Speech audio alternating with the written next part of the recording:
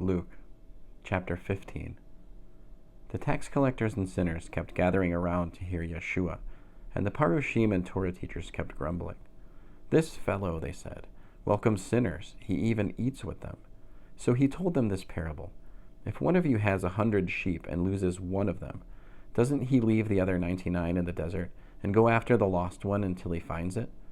When he does find it, he joyfully hoists it onto his shoulders, and when he gets home, he calls his friends and neighbors together and says, 'Come, celebrate with me, because I have found my lost sheep.' I tell you that in the same way there will be joy in heaven over one sinner who turns to God from his sins, than over 99 righteous people who have no need to repent." Another example: what woman, if she has 10 drachmas and loses one of these valuable coins, won't light a lamp, sweep the house, and search all over until she finds it? And when she does find it, she calls her friends and neighbors together and says, "Come, celebrate with me, because I have found the drachma I lost." In the same way, I tell you, there is joy among God's angels when one sinner repents. Again Yeshua said, "A man had 2 sons.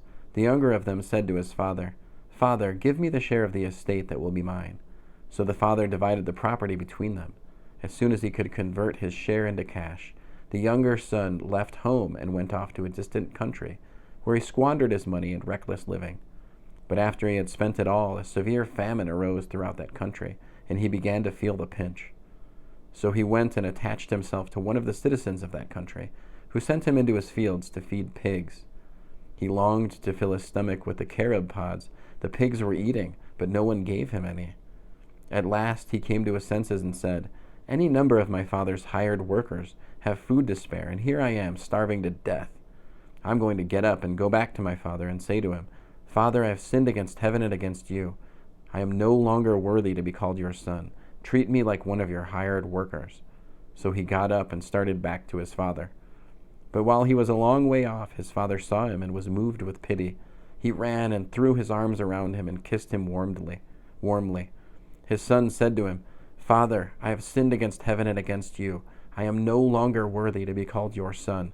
But his father said to his slaves, 'Quick, bring out a robe, the best one, and put it on him. And put a ring on his finger and shoes on his feet. And bring the calf that has been fattened up and kill it. Let's eat and have a celebration. For this son of mine was dead, and now he's alive again. He was lost, but now he has been found.' And they began celebrating. Now his older son was in the field. As he came close to the house, he heard music and dancing. So he called one of the servants and asked, 'What's going on?'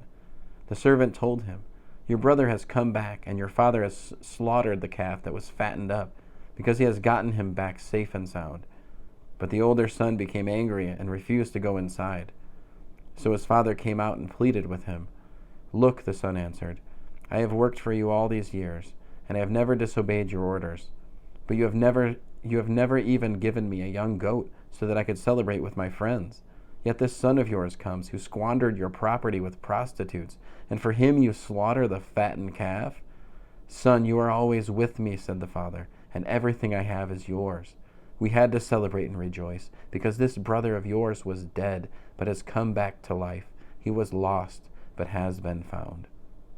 End of Luke chapter 15.